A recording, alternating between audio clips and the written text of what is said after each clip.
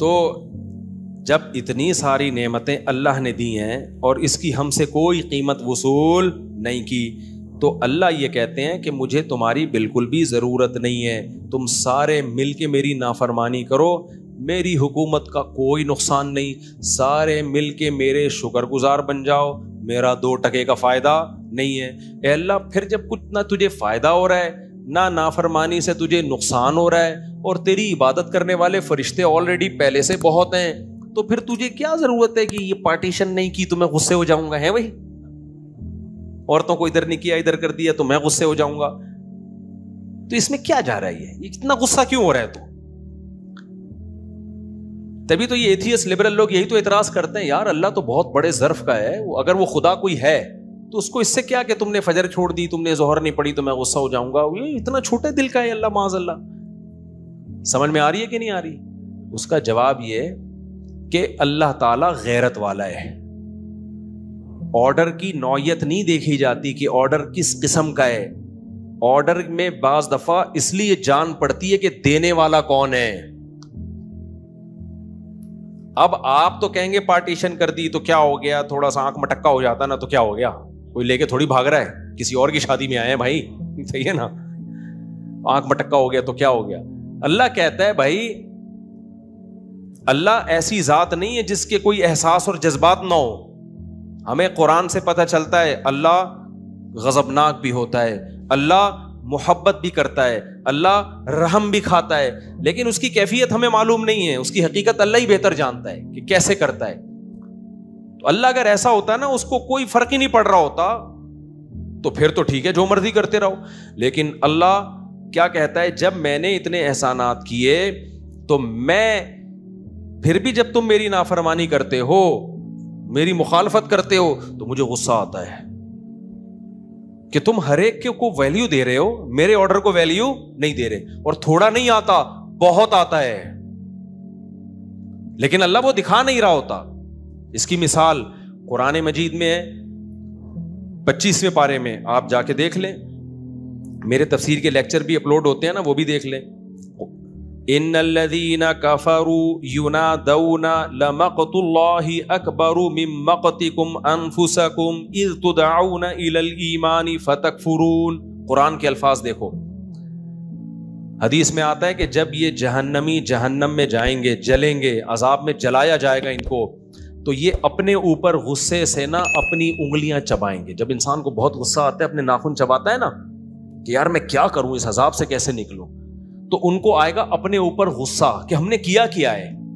اتنے پیغمبروں نے ہمیں سمجھایا کہ اس جہنم سے بچو، ہمارے پاس علماء کی دعوت پہنچی، پیغمبروں کی دعوت پہنچی کہ برائی سے اللہ کو نفرت ہے، اللہ جہنم میں ڈال دے گا، آگ میں ڈال دے گا، کتنی دعوتیں ہمارے پاس پہنچی، کاش ہم اس دعوت پہ لبیک کہہ دیتے، ہم تو بالکل دنیا میں مست رہے۔